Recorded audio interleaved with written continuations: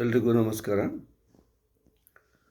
ಅರ್ಥಶಾಸ್ತ್ರದ ತಳಬುಡ ಗೊತ್ತಿಲ್ಲದ ದೇಶದ ಪ್ರಧಾನಿ ಮತ್ತು ದೇಶದ ಹಣಕಾಸು ಸಚಿವೆ ನಿರ್ಮಲಾ ಸೀತಾರಾಮನ್ ಇವರಿಬ್ಬರೂ ಕೂಡಿ ಈ ದೇಶದ ಜನ ಬೆವರು ಸುರಿಸಿ ಬ್ಯಾಂಕಿನಲ್ಲಿ ಇಟ್ಟ ಹಣದಿಂದ ಶ್ರೀಮಂತ ಉದ್ಯಮಿಗಳ ಲಕ್ಷಾಂತರ ಕೋಟಿ ಸಾಲವನ್ನು ಮನ್ನಾ ಮಾಡ್ತಾ ಇದ್ದಾರೆ.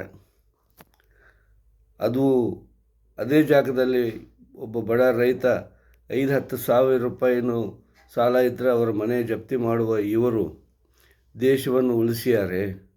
ಕೇವಲ ಶ್ರೀಮಂತರಿಗಾಗಿ ಮಾತ್ರ ಬದುಕುತ್ತಿರುವ ಈ ದೇಶದ ಸರ್ಕಾರ, ಅದರಲ್ಲೂ ಮೋದಿ, ಅಮಿತ್ ಶಾ ಮತ್ತು ಅವರ ಟೀಮ್ ಈ ದೇಶವನ್ನು ಸತ್ಯಾನಾಶ ಮಾಡಿಯೇ ಕೈ ಬಿಡುವ ಯೋಚನೆ ಹೊಂದಿದ್ದಾರೆ ಅನ್ನಿಸ್ತಾ ಇದೆ.